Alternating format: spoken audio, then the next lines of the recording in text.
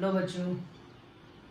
Homework में आपको जो क्वेश्चंस मिले थे उन क्वेश्चंस में आपको थोड़ा सा कॉन्सेप्ट रिलेटेड जो प्रॉब्लम्स आ रहे हैं उनका हम डिस्कशन आज कर लेते हैं।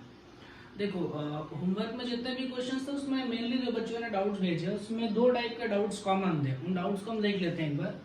पहले एक क्वेश्चन ऐसा भेजा गया जो बेस्ड ऑन इक्विलिब्रियम था कि जैसे दो चार्जेस हैं या तीन चार्जेस का एक सिस्टम है, उसमें मैं थर्ड चार्ज कहाँ पर प्लेस करूं कि वो इक्विलिब्रियम की कंडीशन में रहे। ऐसे क्वेश्चंस थे, उन क्वेश्चंस के डाउट्स हमें लेने हैं, ठीक है। और दूसरा एक ऐसा क्वेश्चन आया जिसमें हमें चार्ज पार्टिकल को, एक चार्ज पार्टिकल है वो दूसरे चार्ज पार्टिकल के साथ सर्कुलर मोशन में घूम रहा है, उसका टाइम पीरियड या उसकी वेलोसिटी, उसका रेडियस, वो सब फाइंड आउट करना था। तो ये दो टाइप के क्वेश्चंस हैं। मैं इनके कॉन्सेप्ट समझा देता हूँ। कॉन्सेप्ट समझाने के बाद से एक दो क्वेश्चंस के इसके प्रैक्टिस कर लेंगे आज के सेशन में, और आज कोशिश करेंगे शायद हम इलेक्ट्रिक फील्ड को भी स्टार्ट कर पाए। देखिए करना क्या है, अगर बेस्ड ऑन इक्विलिब्रियम के हम क्वेश्चंस की बात करते हैं, पहले देखो मैं कुछ बताता हूँ। लीनियर क्वेश्चंस में आते हैं, जैसे मान लो क्या होता है कि इस तरीके से एक लीनियर पाथ होता है, या फिर एक समझ लो दो चार्ज पार्टिकल है, उसको हमने एक सिंगल लाइन से जोड़ दिया। अब दोनों चार्ज पार्टिकल के बारे में क्या सोच सकते हो, मान लो दोनों चार्ज पार्टिकल जो है वो सेम चार्ज पे, सेम चार्ज मतलब दोनों पे पॉजिटिव है, इसका मान लो Q1, ये वाला मान लो Q2, और इनके बीच के डिस्टेंस मान लीजिए D, ठीक है। दो चार्ज पार्टिकल हो गए Q1 और Q2 और उनके बीच के डिस्टेंस हो गई D। अब आपसे पूछा जाएगा कि थर्ड चार्ज में कहां पर प्लेस करूं कि वो इक्विलिब्रियम की कंडीशन में आए। तो पहले एक काम करिए, इसको, इस क्वेश्चन जब ऐसे क्वेश्चन आते हैं तो उसको उठा के तीन रीजन में आप डिवाइड करते हो। जैसे देखो क्या करो, मान लो यहाँ पर रीजन नंबर 1, ये वाला इसको डिस्कशन करो 2, और ये वाले डिस्कशन में लीजिए 3, ठीक है। तीन रीजन में हमने इसे डिवाइड किया। अब तीनों रीजन की अलग अलग स्टडी करके देखो। जैसे क्या होता है, मान लो हम यहाँ पर एक पॉजिटिव चार्ज को रखना चाहते हैं, ठीक है। कैसा रख रहा हूँ, एक पॉजिटिव चार्ज यहाँ पर रखूं। तो सपोज करो अगर यहाँ पर मैंने एक पॉजिटिव चार्ज रखा तो क्या होगा, ये पॉजिटिव इस पॉजिटिव को रिपेल करेगा, ठीक है। तो इसके लिए लिखता हूं F2 बेटा। F2 मतलब फोर्स ड्यू टू Q2, और F1 लिखेंगे फोर्स ड्यू टू Q1। देखो ये पॉजिटिव इसको धक्का देगा, यानी F2 का फोर्स ऐसे लगेगा। ये वाला भी पॉजिटिव चार्ज है, ये भी उसे पुश ही करेगा, यानी इधर फोर्स इसका लगेगा कितना, F1। देखो ये कभी इक्विलिब्रियम की कंडीशन नहीं हो सकती। इक्विलिब्रियम में क्या होता है कि उस पर लगने वाला नेट फोर्स क्या होना चाहिए, जीरो।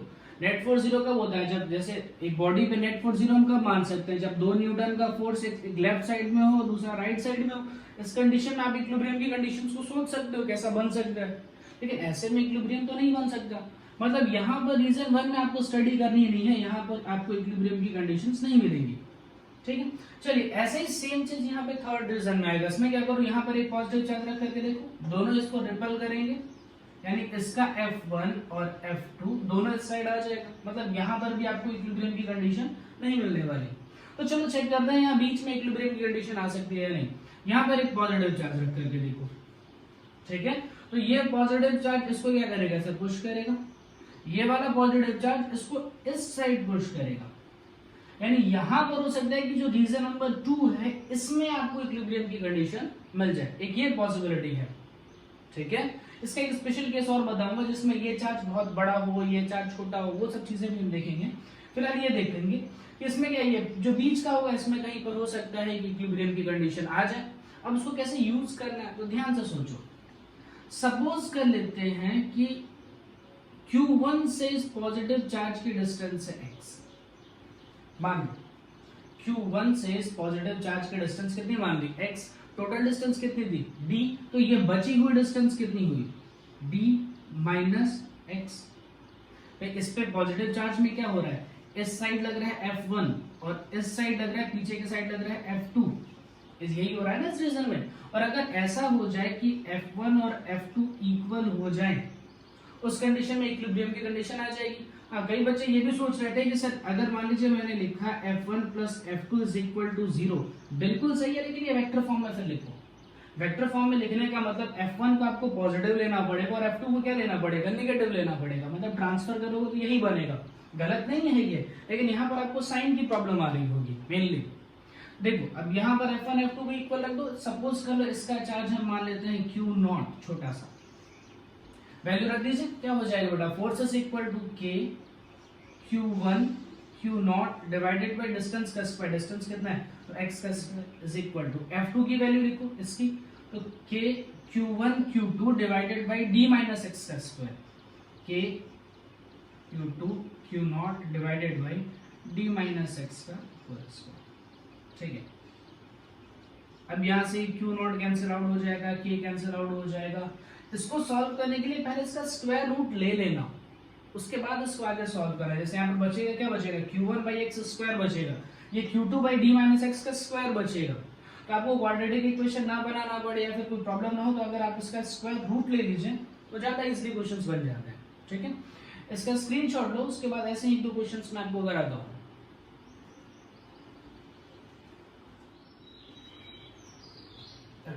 देखो बच्चों, इसमें एक सेकंड टाइप का क्वेश्चन और बन सकता है। जैसे हमने इसके पहले क्या किया था, दोनों चार्जेस का जो साइन था, दोनों चार्जेस का जो नेचर था वो हमने सेम लिया, या तो पॉजिटिव ले लो या नेगेटिव ले लो। लेकिन यहाँ पर क्या किया जा सकता है, मान लो यहाँ पर मैं ऐसा बोल दूं कि एक पर पॉजिटिव चार्ज है, मान लीजिए मैं ऐसा बोलता हूँ +9 कूलम का चार्ज है, और दूसरे वाले भी क्या है -1 कूलम का चार्ज है, मतलब हमने चार्जेस का डिफरेंस ले लिया। अब इसमें चेक करना होगा कि इक्विलिब्रियम की कंडीशंस कहाँ आ सकती है, कहाँ नहीं आ सकती है। तो चलो सेम वैसे ही काम करना है, इसको 3 रीजन में उठा के डिवाइड कर दो। मान लो ये फर्स्ट, इसे सेकंड कर लो, और ये वाला कर लो थर्ड। अब चेक करो, देखो यहाँ पर अगर मैं कोई पॉजिटिव चार्ज रखूं तो ये जो -1 कूलम का चार्ज था, ठीक है, -1 कूलम का चार्ज इस पॉजिटिव चार्ज को क्या करेगा, अट्रैक्ट करेगा, मतलब इसको इस तरह से खींचा जाएगा। चलो इसको हम लिखते हैं F1। ठीक है, ये क्या करेगा, पॉजिटिव चार्ज है, पॉजिटिव चार्ज है, पुश करेगा, धक्का मार देगा इधर, ये हो जाएगा F2।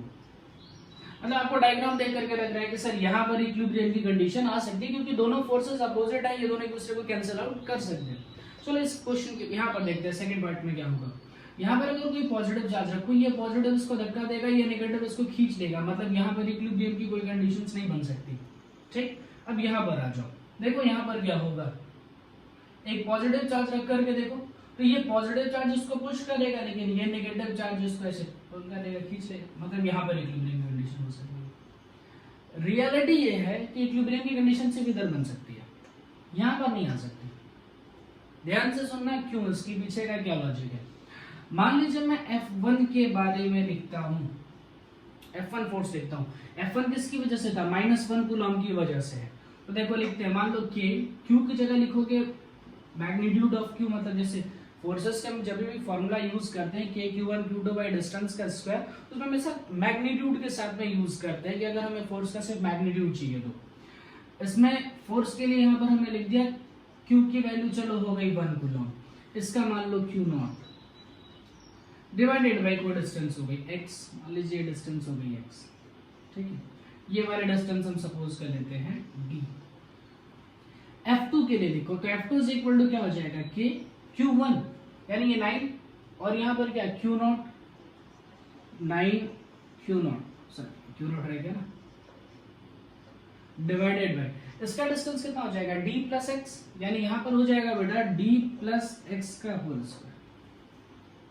थोड़ा इसमें चीजों को समझिएगा बेटा, यहां पर क्या है, F1 के लिए चार्ज भी कम है तो डिस्टेंस भी कम ही है।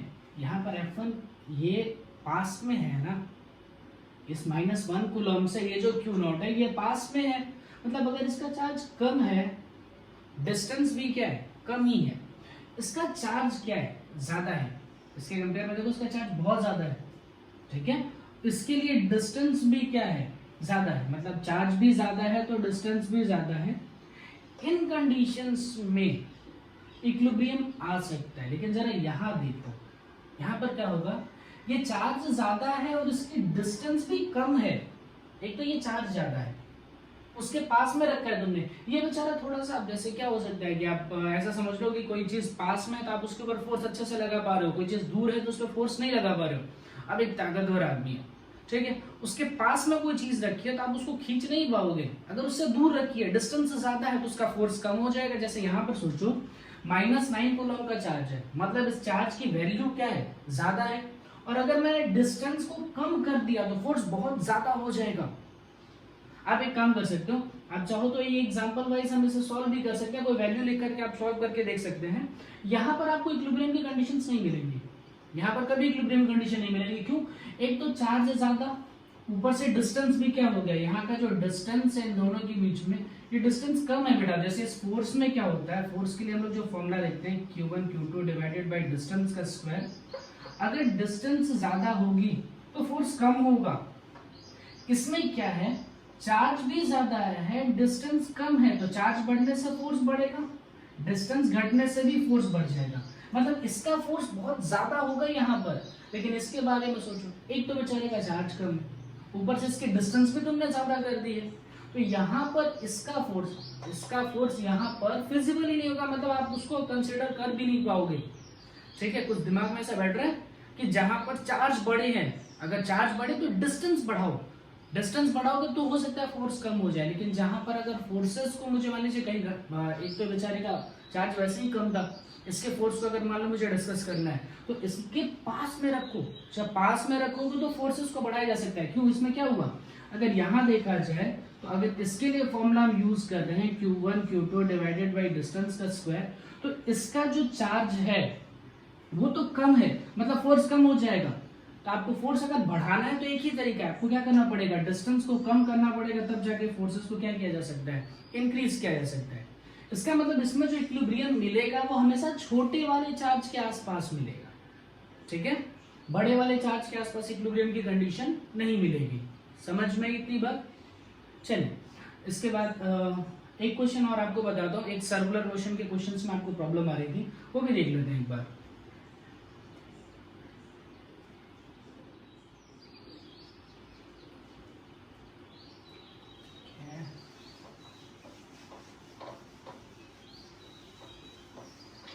देखो, नेक्स्ट हमारा जो पार्ट है उसमें आपको प्रॉब्लम आई है वो सर्कुलर पाथ में। देखो इसमें होगा क्या, जैसे ये चीज आपको आगे बहुत काम आएगी, जिस आपने केमिस्ट्री में पढ़ा भी होगा, जैसे बोर के लिए हाइड्रोजन लाइक एटम के लिए थोड़ी थोड़ी चीजें पड़ी होंगी, वो चीजें यहाँ पर हम और अच्छे से डिस्कशन में लेंगे।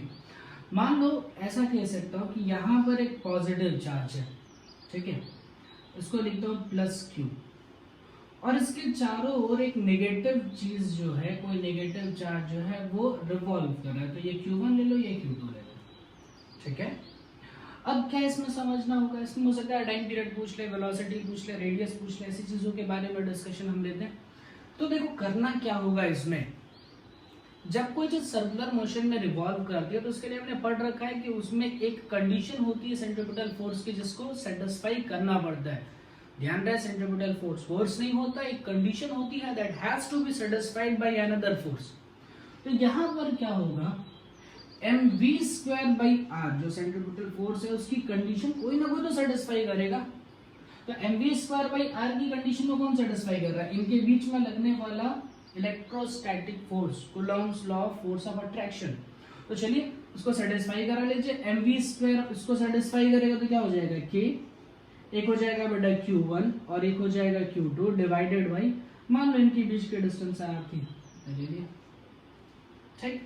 अब यहाँ पे क्या हुआ यार, इस पर ये कैंसिल आउट हो जाएगा, यहाँ से आपको रेडियस मिल सकती है या वेलोसिटी मिल सकती है। अब यहाँ से चाहिए तो वेलोसिटी लिख लीजिए, वेलोसिटी इज इक्वल टू क्या हो जाएगा बेटा, k Q1 Q2 divided by m into r, वो भी किसमें आ जाएगा, रूट में। अब मान लीजिए आपसे वेलोसिटी ना हो सकता है टाइम पीरियड पूछ ले, तो टाइम पीरियड क्या होता है, time taken to complete 1 revolution. अब इसको पूरे ऐसे चक्कर काटने में टोटल कितनी डिस्टेंस ट्रेवल करनी होगी, 2πr की, और कितने की वेलोसिटी से करेगा, v से। तो टाइम इज इक्वल टू क्या हो जाएगा, डिस्टेंस डिवाइडेड बाय स्पीड। तो ये डिस्टेंस कितनी होगी, 2πr, और इसकी स्पीड कितनी हो जाएगी, v। ये वैल्यू आपको यहाँ पर डाल देनी, आपको टाइम पीरियड में मिल जाएगा। ठीक है, ऐसे क्वेश्चंस आपको बहुत सारे मिलेंगे जिसमें आपको बोर्ड के अगर थियरी को थोड़ा यूज करना है तो उसको भी आप कर सकते हो। जैसे इसमें कहा जा सकता है कि हाइड्रोजन लाइक एटम, ये भाई एक तरह से एटम ही तो हुआ, देखो ना न्यूक्लियस के बीच में हुआ, ये इलेक्ट्रॉन्स घूम रहे। आपसे मान लीजिए हाइड्रोजन लाइक एटम के बारे में डिस्कशन कर ले, तो हाइड्रोजन लाइक एटम के बारे में डिस्कशन कर रहे हैं और उसमें ऐसा बोल दे कि उसका एटॉमिक नंबर आपको Z यूज करना है। तो भाई जितना एटॉमिक नंबर होता है उतने ही इलेक्ट्रॉन होते हैं, उतने ही प्रोटॉन होते हैं। लेकिन जब हाइड्रोजन लाइक एटम के बारे में बात करते हो तो उसमें ध्यान रखना है कि इलेक्ट्रॉन तो एक ही रखना है, प्रोटॉन्स कितने भी हो सकते हैं। जैसे हाइड्रोजन लाइक एटम एक हाइड्रोजन हो सकता है आप ऐसा सोच सकते हो, जैसे लिथियम है, लिथियम का एटॉमिक नंबर कितना होता है 3, कॉन्फ़िगरेशन लिखे तो कितना आ जाएगा 2 1।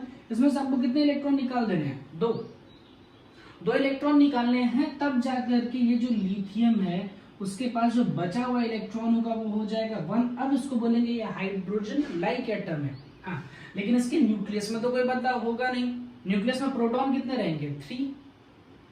नहीं समझे, फिर से सोचो इसके बारे में। हाइड्रोजन लाइक एटम का मतलब क्या होता है कि न्यूक्लियस होना चाहिए और उसके बाहर एक इलेक्ट्रॉन सर्कुलर मोशन में घूमना चाहिए। अब यहाँ पर इसके पास टोटल इलेक्ट्रॉन कितने हैं 3। अब यहाँ से कैसे भी आपको कितने इलेक्ट्रॉन निकाल लेने हैं 2। तो लिथियम पे अगर 2 पॉजिटिव चार्ज लिखो तो ये हाइड्रोजन लाइक एटम हुआ, ठीक है। अब जैसे इसका एटॉमिक नंबर कितना है 3, तो प्रोटॉन कितने होंगे 3।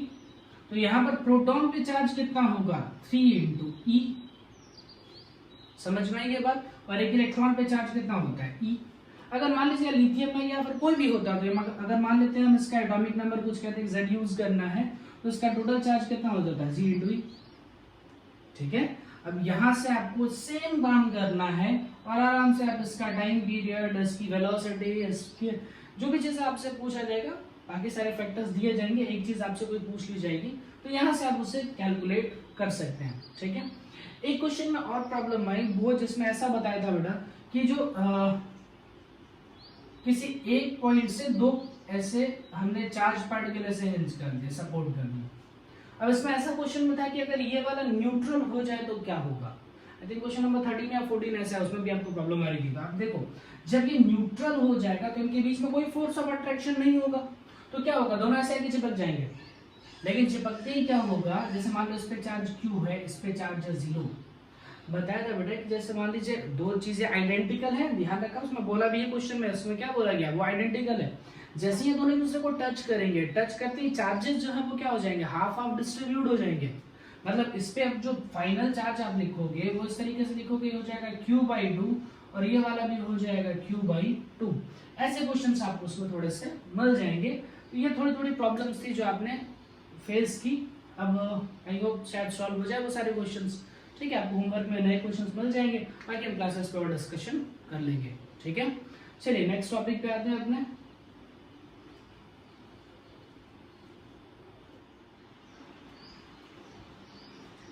ठीक है बेटा, इस क्वेश्चन को जरा एक बार आप ट्राई करिए, प्रीवियस पढ़ाई के कॉन्सेप्ट्स पे ही है, थोड़ा सा सोचना भी है, अच्छा क्वेश्चन है। एक बार मैं थोड़ा सा समझा देता हूँ कैसे करना है, फिर आप वीडियो पॉज करके इसे ट्राई करिए। देखो क्या कह रहा है, 2 point charges Q are placed on x axis, मतलब 2 पॉइंट चार्जेस है, दोनों की वैल्यू दी गई है Q, उसको x एक्सिस पे हमने प्लेस किया है। At a distance x is equal to -a and x is equal to +a, मतलब एक पॉजिटिव x एक्सिस पे a डिस्टेंस पे, एक नेगेटिव x एक्सिस पे है a डिस्टेंस पे। कह रहा है find position of y axis where the electric field, electric force is maximum. एक ऐसा पॉइंट यहाँ पर सर्च करो जहां पर इलेक्ट्रिक फोर्स यानी कूलॉम्स लॉ का जो फोर्स लगता है वो मैक्सिमम लगे, ठीक है। अब देखो इसमें क्या चीज, आपको ये वर्ड थोड़ा ध्यान देना, मैक्सिमम। जहां पर भी मैक्सिमम या मिनिमम लिख करके आता है, याद है आपको वहां पर करना क्या होता है, डिफरेंशिएट करके 0 डालना होता है। वही काम हम यहाँ सोचेंगे, लेकिन इसके पीछे के पहले कॉन्सेप्ट को समझ जाते हैं। जरा देखो ध्यान से, अगर मान लो मैं ये y डिस्टेंस 0 कर दूं, यहाँ पर चार्ज पार्टिकल को रख दूं, तो देखो ये भी पॉजिटिव धक्का मारेगा, ये भी पॉजिटिव धक्का मारेगा, दोनों फोर्सेस एक दूसरे को कैंसिल आउट कर देंगे ओरिजिन पे। चेक करो इक्विलिब्रियम की कंडीशन अभी अभी हमने देखी, जो सेकंड रीजन आता है उसमें कहीं पर नल पॉइंट आ सकता है, नल पॉइंट या इक्विलिब्रियम पॉइंट आ सकता है। तो यहाँ पर क्या होगा कि ओरिजिन पे अगर आ जाओगे तो इसकी डिस्टेंस भी a होगी, इसकी डिस्टेंस भी a होगी, इसका चार्ज भी q है, इसका चार्ज भी q है, तो यहाँ पर नेट फोर्स आएगा 0।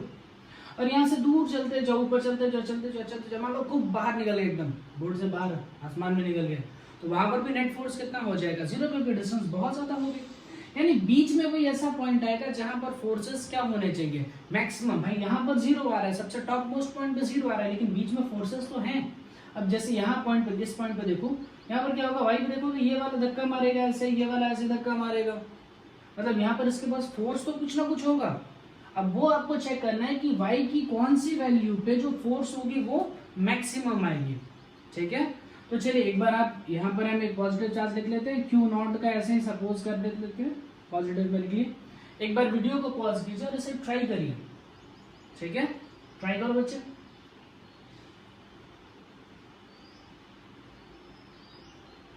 चलिए, हो गया, इसे ट्राई कर लिया। अब देखो इसको सॉल्व कैसे करना होता है। बहुत सिंपल काम करना है। इसमें पहले क्या करो, क्यू नॉट पे लगने वाला नेट फोर्स तो पहले निकालो, बाद में उस फोर्स को डिफरेंशिएट करके उसको मैक्सिमम लिखना पड़ेगा। तो चलो फोर्सेस निकालते हैं। ये पॉजिटिव चार्ज है, इसको ऐसे पुश करेगा, मान लो पॉइंट चार्ज है, इस पॉइंट चार्ज को पॉजिटिव चार्ज क्या करेगा, ऐसे पुश करेगा। ये वाला भी चार्ज है, इसको ऐसे पुश करेगा। यानी अगर मैं क्यू नॉट का फ्री बॉडी डायग्राम बनाऊं, ये डिस्टेंस कितनी हो जाएगी, ये वाली डिस्टेंस हो जाएगी बेटा, देखो ये डिस्टेंस थी y और ये वाली डिस्टेंस थी a, तो ये डिस्टेंस कितनी हो जाएगी, √a² + y²। तो चलो इस पॉइंट चार्ज का फ्री बॉडी डायग्राम बनाए। अगर ये वाला फोर्स लिख रहा हूँ, ये F1 लिखते हैं बेटा, तो F1 ऐसा लगेगा, F2 ऐसा लगेगा, ठीक है? अब थोड़ा सा दिमाग में आ रहा है क्या करना चाहिए, इस एंगल को थीटा मान करके F1 F2 को क्या कर लेना चाहिए, रिजॉल्व कर लेना चाहिए, तो उसका एक कंपोनेंट कैंसिल आउट हो जाएगा। तो चलो देखो, F1 चाहे F2 लिख रहा हूं, F1 और F2 लिख रहा हूं, मान लो इसकी वजह से जो चार्ज, इसकी वजह से जो फोर्स लिख रहा हूं वो लिख रहा हूं F2। देखो F1 को रिजॉल्व करो, जैसे ये थीटा बना है बेटा, ये देखो ऐसे Z बन रहा है, ये वाला भी कितना बन जाएगा, थीटा, यानी ये एंगल बन गया हमारा, ये एंगल बन गया हमारा थीटा। अच्छा अब देखो F1 को आपको रिजॉल्व करना पड़ेगा, इसके साथ में आपको ये चेक करना पड़ेगा कि ये एंगल कैसे निकलेगा। जरा इस एंगल के बारे में सोचो, ये तो Z बन चुका, ये ऐसे, ये हमने थीटा मान लिया, ये थीटा हो गया, हमें तो ये वाला एंगल चाहिए ना, हमें तो ये वाला एंगल चाहिए ना। सर इसके बारे में एक मिनट सोचिए, देखिए वो कैसे निकल सकता है, कोशिश किया। देखो बहुत सिंपल है यार, एक बात सोचो, ये वाली डिस्टेंस भी तो a होगी, ये वाली डिस्टेंस भी तो y होगी, मतलब दोनों ट्रायंगल, इन दोनों को देखा जाए तो दोनों कॉन्ग्रुएंट ही तो आएंगे। मतलब ये एंगल थीटा माना है तो आपको ये वाला एंगल भी कितना मानना पड़ेगा, थीटा। अच्छा अब देखो, ये दो पैरेलल लाइन दिख रही है बेटा, ये वाली पैरेलल लाइन दिख रही है, ये पैरेलल लाइन दिख रही है, उसको ये लाइन इंटरसेक्ट कर रही है, तो ऑब्वियस है ये वाला भी एंगल कितना बनेगा, थीटा ही तो बनेगा, ठीक है?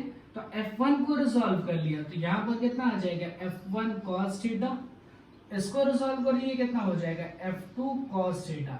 F1 का भी एक कंपोनेंट ऊपर आएगा, F2 का भी एक कंपोनेंट कहाँ जाएगा, ऊपर जाएगा, यानी ऊपर की ओर जो फोर्स होगा वो उसमें आएगा F1 sin theta plus F2 sin theta, ठीक है? अब चलो जरा F1 F2 के बारे में डिस्कशन करते हैं। F1 इज इक्वल टू क्या हो जाएगा, Q not divided by distance का स्क्वायर। डिस्टेंस कितनी हो जाएगी, a और y है, तो पाइथागोरस से ये निकाल लो, कितना हो जाएगा, a² + y², वो रूट में आता, लेकिन स्क्वायर करोगे तो कोई फर्क नहीं पड़ा। अच्छा जरा ये देखना, F2 कितना आएगा, k Q1 Q2 divided by distance का स्क्वायर। क्या सेम आया क्या, दोनों अगर सेम आए मतलब ये दोनों क्या हो जाएंगे, ये दोनों कैंसिल आउट हो जाएंगे। आपको नेट फोर्स जो मिलेगा वो F नेट कितना मिलेगा, ये क्या हो जाएगा बेटा, 2F का sin थीटा वाला कंपोनेंट, ठीक है? बस अब यहां से मैं सॉल्व करना बहुत इजी है। F की वैल्यू डाल दीजिए, F की वैल्यू कितना डाल दो बेटा, k Q not divided by a² + y²। अब किसकी वैल्यू लिखनी होगी, sin थीटा की। sin थीटा की वैल्यू ट्रायंगल से लिखो, तो ये y जो हो जाएगा वो परपेंडिकुलर डिस्टेंस हो गई, और ये वाली डिस्टेंस कितनी हो जाएगी, a² + y² अंडर रूट के अंदर, तो sin थीटा की वैल्यू लिख दो, ये परपेंडिकुलर हो गया, यानी कि y divided by under root a² + y²। यहां से हमारा F नेट आ गया, ठीक है? इसके बाद आपको क्या करना था, F नेट को मुझे क्या करना है, मैक्सिमम करना है ना। मैक्सिमम करने के लिए क्या करना पड़ेगा, F नेट को डिफरेंशिएट करना पड़ेगा। वेरिएबल कौन सा है, तो आपसे क्या पूछा है, y ना, तो वेरिएबल आपका क्या हुआ, y, यानी क्या करोगे, dF net divided by dy, और इसकी वैल्यू कितनी रखोगे, 0। तो यहां से आपको मिलेगा कि F नेट की मैक्सिमम वैल्यू क्या होगी, जब कुछ y की वैल्यू, जब हम चेक कर लेंगे कितना आ रहा है y की वैल्यू, वही हमें फाइंड आउट करना ही है, ठीक है? इसका स्क्रीनशॉट लीजिए, उसके बाद से इसको डिफरेंशिएट करते हैं, इसको डिफरेंशिएट करके इसकी वैल्यूज को फाइंड आउट करते हैं। यहां तक हमने F नेट निकाल लिया बेटा।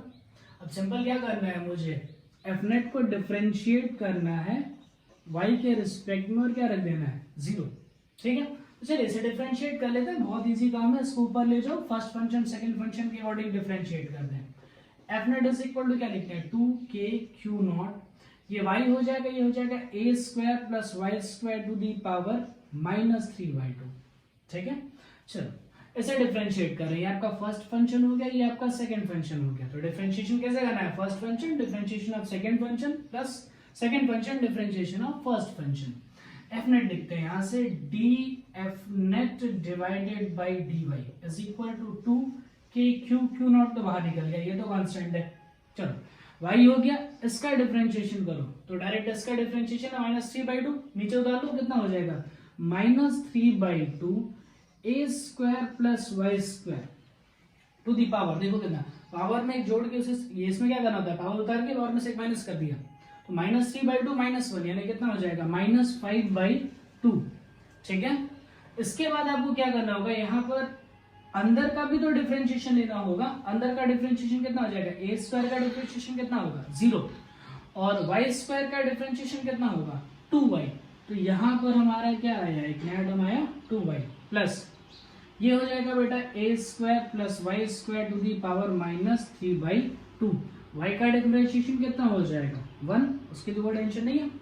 चलो इज इक्वल टू मुझे कितना रखना है 0, मतलब ये टर्म आएगा, इसका कोई इंपॉर्टेंस नहीं रहा, बचा ये दोनों टर्म्स।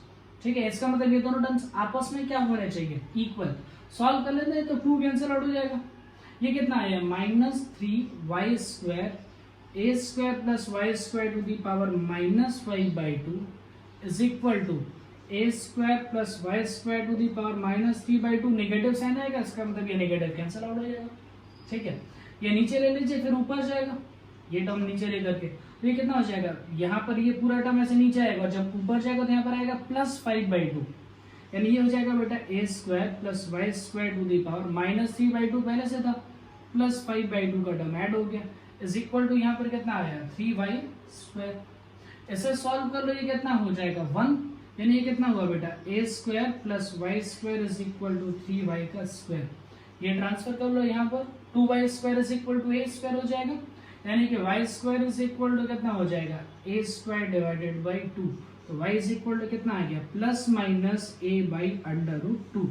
इसका मतलब क्या है, दोनों पॉजिटिव नेगेटिव आ रहे हैं, इसका मतलब क्या होगा कि y की दो वैल्यूज आएंगी, एक पॉजिटिव y एक्सिस पे होगी और दूसरा कहां पर होगी, नेगेटिव y एक्सिस पे। ठीक है, ये क्वेश्चन सॉल्व कर लीजिएगा एक बार और इसे रीसॉल्व करिएगा, ट्राई करिएगा। इसके बाद के हम लेक्चर्स में कुछ और क्वेश्चंस को ट्राई करते हैं और कंटिन्यूअस चार्ज डिस्ट्रीब्यूशन को स्टार्ट करते हैं। ठीक है, थैंक यू।